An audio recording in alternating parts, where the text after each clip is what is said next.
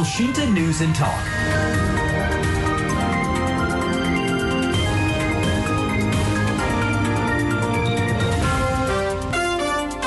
Menteri Kesehatan Budi Gunadi Sadikin mengungkapkan adanya temuan bakteri Escherichia coli dalam kasus keracunan program MBG, baik di Semarang ataupun juga di Jayapura.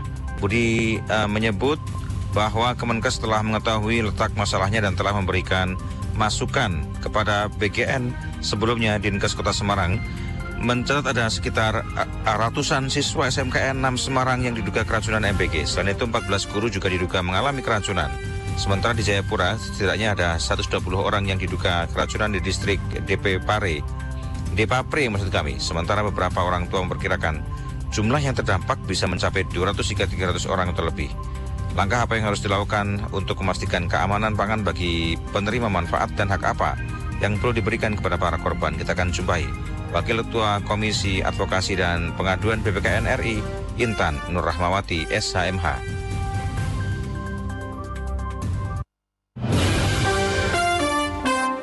Elshinta News and Talk.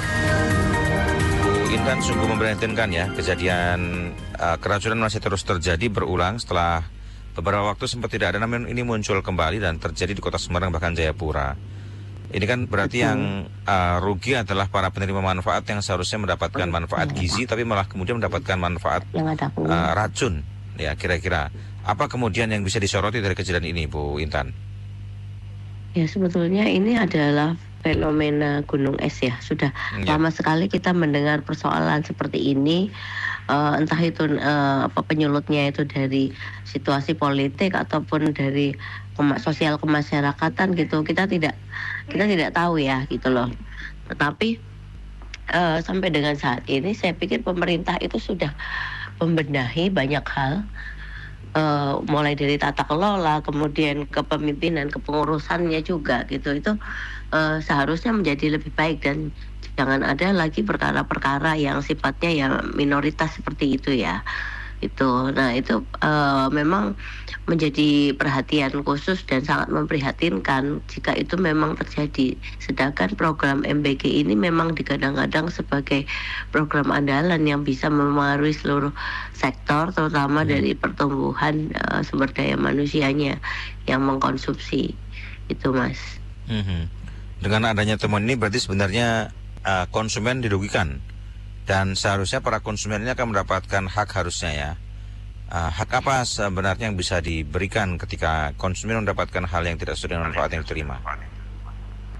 Iya, secara normatif memang konsumen itu berhak memperoleh ganti kerugian apabila memang pelaku usaha terbukti melakukan kelalaian yang mengakibatkan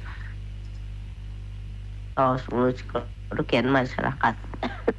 Akan tetapi kerugian tersebut di dalam Undang-Undang Perlindungan Konsumen yang masih ada itu sifatnya masih limitatif gitu, dalam arti hanya kerugian material saja yang bisa diklaimkan gitu loh. Misalnya konsumen itu membeli satu bungkus roti, kemudian roti itu menyebabkan keracunan atau ada bakterinya gitu. Nanti konsumen itu hanya berhak memperoleh seharga satu roti itu saja gitu. Jadi memang ini terobosan hukum juga yang mungkin harus dikembangkan oleh para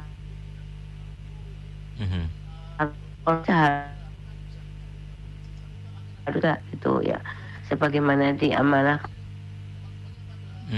perlindungan konsumen baru material. Iya, suara yang kami terima agak putus-putus ya, Bu. Coba nanti akan kita perbaiki sambil jalan ya. Saya ingin bertanya sebenarnya, Bu. Sebenarnya kalau dilihat dari apa yang terjadi, apa yang kemudian dialami ini, menurut pendapat Bu Intan sendiri, ada apa sebenarnya dengan proses yang terjadi di dapur-dapur MBG kita ini? Harusnya kan ada proses yang ada pengawasan yang berjalan, ada kontrol makanan yang seharusnya berjalan. Apa yang boleh terjadi sebenarnya? Kenapa bisa terjadi semacam ini ya, Bu? Ya, kalau kami mengindikasikan sistem tersebut itu tidak berjalan sebagaimana mestinya. Kalau yang kita ketahui ada di pabrik brand besar gitu ya, kita sudah sering masuk itu sistem seluruhan bekerja mulai dari manajerial sampai dengan packaging, kemudian quality control sekalipun itu juga sangat tertib sekali gitu. Kalau sampai nanti ada ditemukan zat tertentu di dalam adonan makanan gitu atau di makanan itu udah nggak tanggung-tanggung lagi, yang ditarik itu ribuan, seluruh produksi pada saat itu harus ditarik. Itu yang kami pelajari dari perusahaan besar seperti itu. Jadi kalau yang kaitannya dengan MBG ini ya mungkin masih menggunakan resource tenaga kerja lokal gitu ya, yang mungkin belum terlatih, ya butuh untuk dilatih, kemudian buatlah SOP yang benar gitu. Dimana dari SOP itu nanti akan terlihat siapa penanggung jawabnya ketika terjadi persoalan gitu. Kan mungkin kalau persoalannya terjadi pada saat distribusi gitu kan, nah itu kan mungkin orang dapur nggak tahu ya kan, nggak tahu kalau yang penting bikinnya seperti ini gitu. Itulah beda lagi saat misalnya permasalahan tertimbul dari bahan baku gitu. Nah itu kan yang mendistribusikan gitu, atau yang ini yang lainnya, tugas lainnya kan tidak paham gitu, sehingga diperlukan SOP lengkap gitu ya, beserta tanggung jawabnya, di mana SPPG itu berdiri begitu.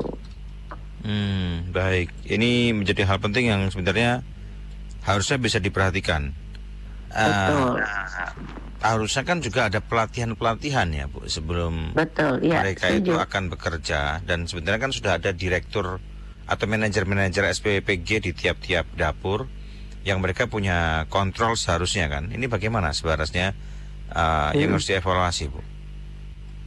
Ya kalau pelatihan itu kan biasanya kami ini dari lembaga konsumen juga, kan saya wakil dari lembaga konsumen ya, itu sering sekali mengadakan kepelatihan yang misalnya berbau hijau, label hijau gitu kan, atau green label ataupun eco washing, atau mungkin barangkali bisa diberikan penjelasan label hijau itu apa Bu? Mungkin pendengar juga ada yang belum paham. Nah itu label hijau itu sekarang dikembangkan seiring dengan perkembangan digitalisasi ya gitu. Jadi label hijau itu sering digunakan oleh perusahaan atau produk tertentu untuk meyakinkan konsumen bahwa produk ini itu aman untuk dikonsumsi gitu. Nah misalnya contohnya Coca-Cola, kita nyebut nggak apa-apa, boleh apa enggak nanti kalau nggak boleh disensor aja.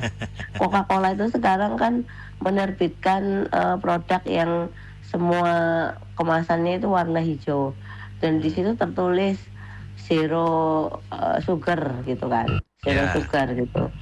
Nah itu padahal sebetulnya kan itu mengelabui konsumen gitu loh, hanya karena menggunakan warna hijau kemudian tuh dianggapnya itu yang paling sehat gitu kan. Nggak mungkin, itu terdiri, Coca-Cola kan terdiri dari berapa puluh ribu kalori ya, isinya itu kan gula semua, nggak mungkin kan zero sugar kayak gitu loh.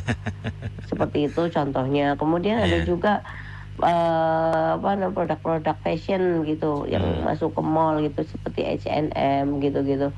Itu kan ada juga yang label hijaunya ditempelkan supaya masyarakat itu semakin mengarah kepada yang berbau alami gitu. Nah kalau kaitannya dengan pelatihan tenaga SPPG ini, saya pikir bagus juga kalau bisa nanti kita memberikan masukan kepada pemerintah agar pemerintah itu memberdayakan LPKSM nih, biasanya ya LPKSM yang ada di daerah, untuk mengawal adanya pelatihan semacam capacity building gitu loh. Capacity building dari tenaga pengolah MBG ini gitu. Pasti nanti juga akan lebih baik, dan itu pun memberikan manfaat ekonomis juga pada lingkungan sekitarnya gitu. Iya, ada juga yang sempat menyampaikan jika sebenarnya yang perlu diperbaiki adalah pada sistem pengawasannya, Bu Intan. Katanya sistem pengawasan tidak berjalan di sebagian besar SPPG. Bahkan kemudian dalam konteks dapur penyimpanan makanan itu juga ada beberapa yang tidak sesuai dengan standar. Itu bagaimana, Bu? Ya itu sebetulnya kan semua itu satu sistem. Ya kan mulai dari manajer sampai supervisor itu sebetulnya dikelola dalam satu tim manajemen gitu kan. Kalau misalkan dia tidak menjalankan sesuai dengan tugasnya, yaitu berarti oknum. oknum yang tidak mau menjalankan apapun gitu perintah dari atasannya atau untuk kepentingan grup itu semata gitu. Tapi sebaiknya sih memang untuk menghindari oknum yang seperti itu kan memang dibutuhkan resource itu atau personil yang bisa mengawasi tapi sudah bersertifikasi gitu loh.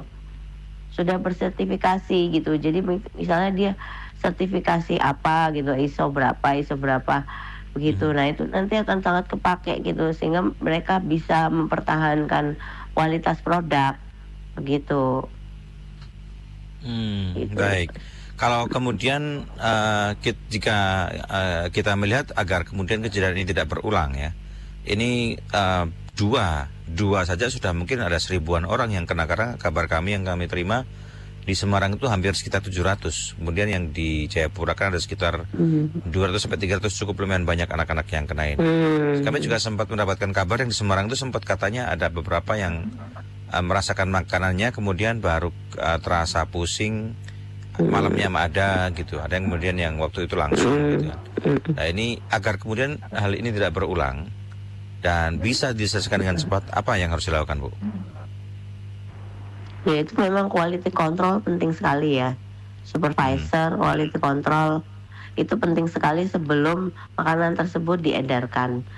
Sehingga itu memang penting apabila memang sudah memiliki personel itu penanggung jawab supervisor atau ini quality control, nanti dibuatlah sistem digitalize gitu Mas.